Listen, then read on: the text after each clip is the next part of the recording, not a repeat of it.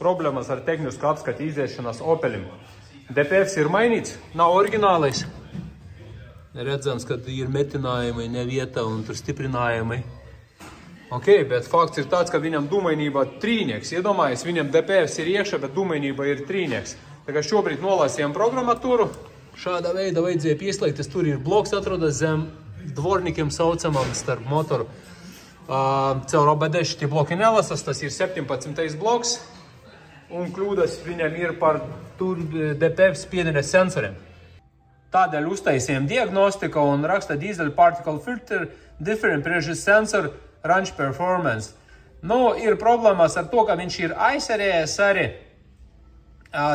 Gandrīz 80% viņam ir ielikts analogs kvēfiltrs. Es pateikšu, ka analogs no pieredzes niekam nav derīgs, jo viņam nav iekšā dargmetālu un viņš derīgs tikai vienam turiet rozetes.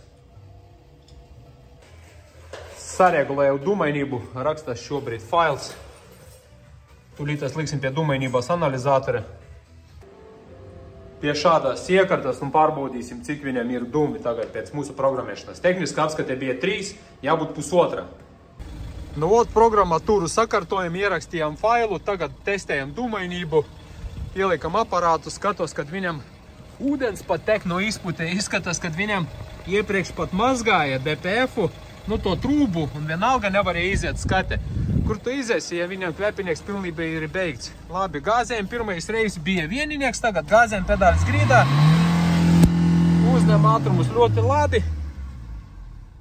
1,16. Tūlītās vēl viena reize uzspiedīsim. Pātrinājums arī ļoti labs pēc programmēšanas mūsu. Tā, 16. Tūlītās patestēsim vēlreiz. 5, 4, 3, 2, 1. Tā, pedālis grīdā. Ļoti labi uzņem ātrumu.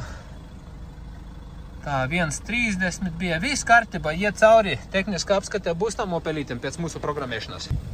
Ja ir rodas tas problēmas ar ekoloģiju, piemēram, DPF vai GR, AdBlue sistēmu un gribat pārbaudīt COCH dīzeļiem, benzīnām, COCH dīzeļiem, kā vērtība varat droši pieteikties autočip.lv vai zvanīt 277 44 725. Jauku dienu jums! Atā!